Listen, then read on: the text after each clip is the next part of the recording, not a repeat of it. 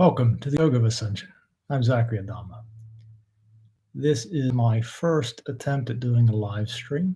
I didn't tell anyone about it, obviously, because I probably didn't want anyone to know about it so that I can delete it if I need to, and no one will know if it's horrible. So, anyway, I don't even know if the audio is working on this. I'm working from my Yeti mic. Hopefully, it is. But anyway, I just wanted to check in with everyone, and I wanted to wish you a happy equinox.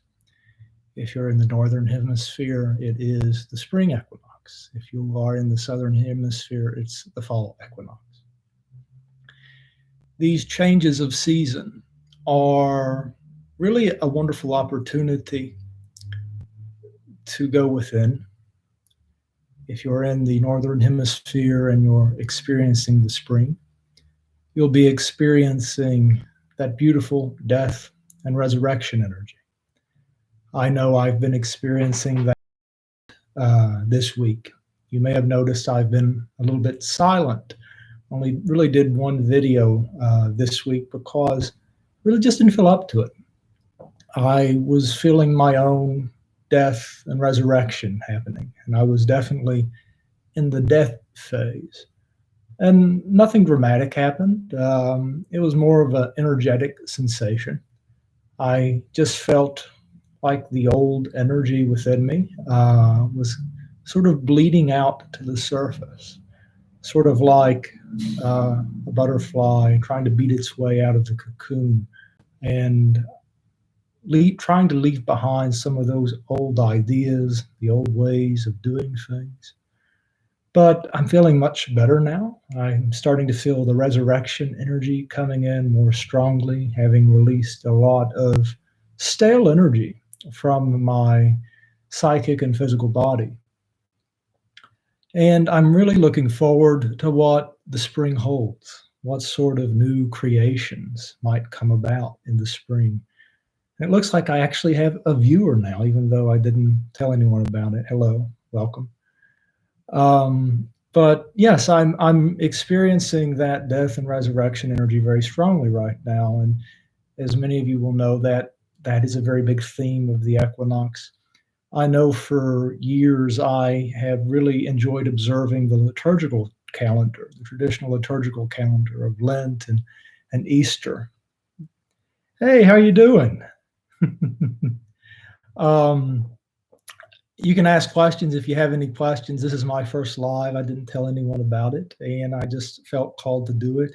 My session for this evening ended up canceling, and I was already kind of ready psychically to deliver some assistance to somebody. So I decided to come on here and see if anyone needed help or had any questions. But anyway, I've been observing the liturgical calendar for some years now, Lent and Easter.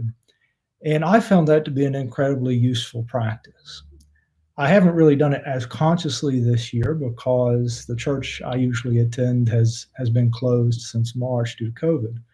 But I've nevertheless engaged in my own practice of certain austerities to sort of purify myself psychically and physically in order to prepare for the resurrection that is the spring and to have a new beginning.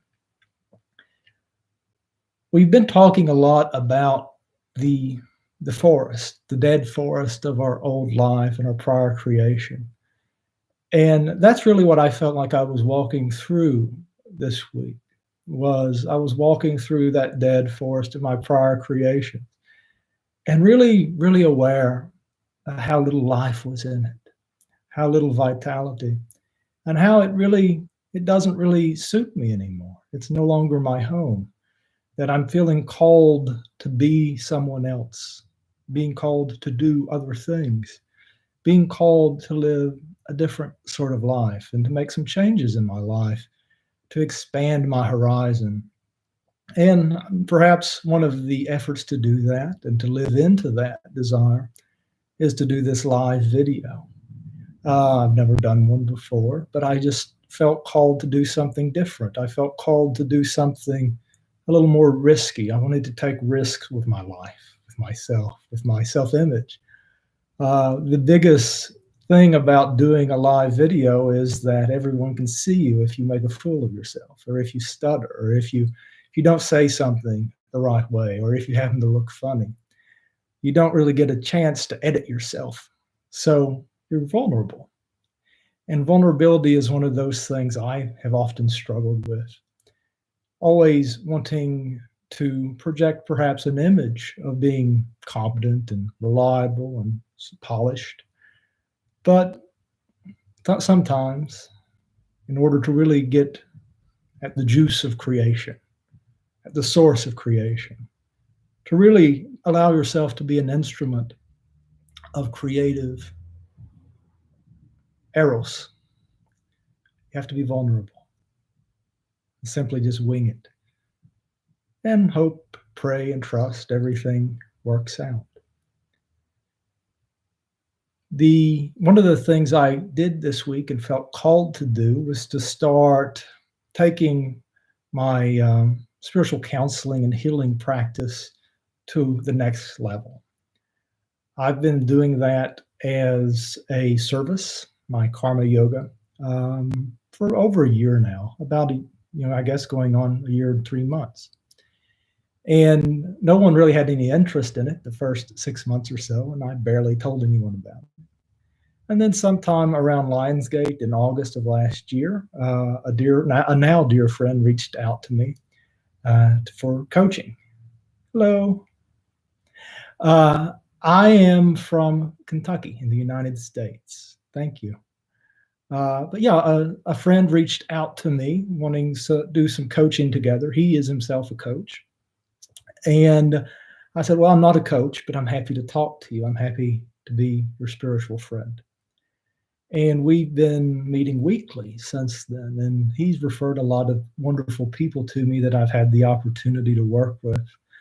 And it's really been the most rewarding part of this whole process of being on YouTube and offering myself in spiritual service. I've always done it on the gift and gratitude basis because that felt appropriate. That I wanted to make the offering as my gift. And if it is useful, other people can show appreciation in whatever way they see fit, whether it be monetary or otherwise. And while I want to preserve that spirit, I've come to recognize that that's not maybe as sustainable as I would like it to be. I can only really see 5 to 3 people a week individually on that model because I work full time. And it's wonderful, but it's still maybe not as sustainable as it could be, and maybe I'm not helping as many people as I would like to. So now I have suggested donations, and I worked all week on setting up an Acuity scheduling calendar thing, and with suggested donations on there, so that if you want to work with me, all you have to do is go over and click on that link and schedule yourself, and we'll talk. But that's one way I felt called to use this energy this week, which has been very grounding. It's been very much putting us in our body, putting us into our life, and really bringing us down to earth. That I felt, I think I have the energy and the desire to spend the time actually making this spiritual service thing sustainable. And so I set up a QuickBooks account, and I set up the Acuity, and I've reached out to have someone design me a better website. And I'm basically laying those foundations to help this be more sustainable, to help more people. And that's one of those 3D worldly things that, frankly, I haven't enjoyed. It's honestly been kind of gross at times. It feels kind of gross to be doing some of those things. But at the same time, I recognize probably it's necessary, and probably it's a useful thing, and that it is a way to help more people in a better way. So I have a couple people watching right now. Do you have any questions for me other than where I'm from? Guess not. Well, if you have any questions, just let me know, and I'm happy to answer them. How are you enjoying this energy around the equinox? Are you feeling uplifted or drugged down? Are you feeling the dead forest around you? Or are you feeling the light of the new creation that's on its way? Those are all wonderful questions. And perhaps you're still in the dead forest, perhaps you're already in the new creation, or perhaps you're like me, you're in between. You've been in between the new creation and the dead forest. You've been in between death and life, and you've been perhaps building the foundation for the next step, for the next version of you, for the next version of your life. You've been feeling sleepy. That happens. That's very common around this type of energetic corridor.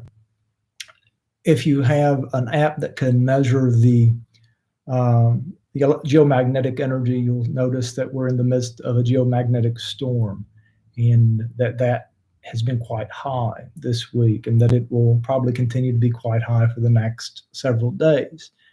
And a lot of us who identify as empaths will be quite sensitive to that geomagnetic energy and to solar storms. And it's quite hard on the body, and it will make you sleepy, and you'll need to sleep more than usual. And it's okay to sleep more if you need to sleep more, because it's taking a toll on your body. At the same time, it's important to drink lots of water. Water will help you process the energy. Water will help you ground the energy, and it will help keep your nervous system flushed out so that you don't feel fried. Many people may remember I had a video around Lionsgate last year of my big water glass that I use, which is a big pint glass, or actually it's a liter glass. And I like to put ice and lemons and water in it, and just drink several of those a day when the energy is really intense. The lemons also have an astringent quality that really helps clean out old energy in the body, and helps you to continue to integrate the new energy as it comes in, so that you don't feel too sleepy. So you've also been in between the new creation and the dead forest. That's kind of a blessing, isn't it? Because you get to think back over what life has been, who you have been, and looking at the old creation and recognizing why it died, why it no longer has vitality, the ways in which it isn't in alignment with you, the ways in which it was useful to you, that it taught you lessons, that it was a gift, the relationships that were a gift that helped you become the person you are. But then maybe at some point there was a growing apart. Perhaps at some point we felt that it was no longer nourishing. And so we find ourselves growing in divergent ways. And that once luscious forest of the relationship is now a dead forest. And we find ourselves needing to walk towards the light into a new creation. And we hope that what is good about the old life will come with us, that what can grow with us will grow with us. But at a certain point, we have to recognize that not everything comes with us just yet. It comes with us ultimately, as we've often said, because all is one, and that we're in this illusory experience of separation. So the idea of loss is really a fallacy. But in our limited little perspective that we have as human beings, it's hard to remember that sometimes.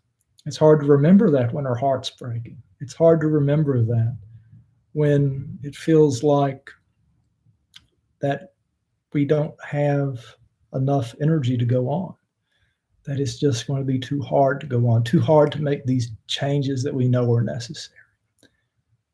But we must persist. We must walk forward.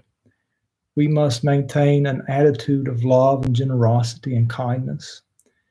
And just because someone or something may be a part of the dead forest of the old creation that can't come with you to the next part of your life, doesn't mean we hate it. It doesn't mean we're unkind to them or the situation. It means that we just compassionately recognize that this is not for me, that this relationship is not for me, the situation, this job is not for me. And if it's still for you, good, fine. But that's your path. That's not mine.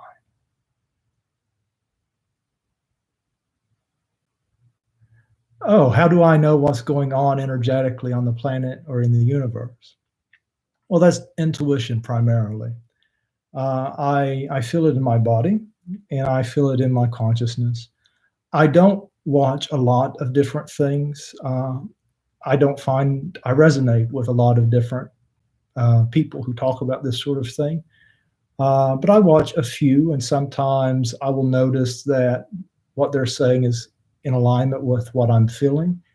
But I generally try to do the videos and stuff with as much purity, I guess you could say, as possible, in that it's really from my own perspective. And then after I've done a video or something, I may go and look and see what a few other people have done that I respect and follow. But generally speaking, I just it's just what I feel in my own intuition, my own body, and I've been living with these ascension energies for about a decade, and feeling them and noticing and riding these waves. And I've noticed certain patterns. I've noticed how true many of the old pagan religions have been about paying great respect to the equinoxes and the solstices. I've noticed how profound those energies are, how they are really wonderful corridors for evolution and growth. The spring equinox being a time of death and resurrection, where the old is washed away to make way for the new. And I've noticed how the fall is a time of going inward. It's a time of introspection. It's a time of withdrawing and really focusing on spirit and focusing on your own connection with spirit. In the liturgical calendar, you have leading up to Christmas a time of reflection. You have a time of reflection. You have a time of really mourning almost, because you mourn the supposed death of Christ and await the birth. But I think I got that screwed up. Oh well, it's okay. But anyway, it is it's a wonderful practice to notice these changing of the seasons, to notice the energies at play, and to sort of ride the waves and try to cooperate with them and not fight them.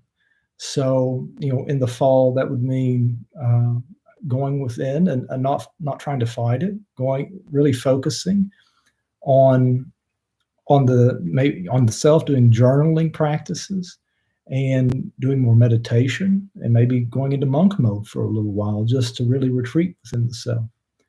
If it's in the spring, it's perhaps time to get rid of the old stuff, do some spring cleaning, clear out the old, dead, stagnant energy, and lay the foundation for the new creation. And that's what I've been doing this week, is clearing out old stagnant belief systems and old stagnant energy, and trying to lay the foundations for the new, to have a new creation come in this spring and summer that is more in alignment with my current vibration, that is more in alignment with the timeline I hope to be on, where I am with every ounce of energy in my being, in all the time that I have in this body, using it to be of service to others and to assist the healing and evolution of this planet.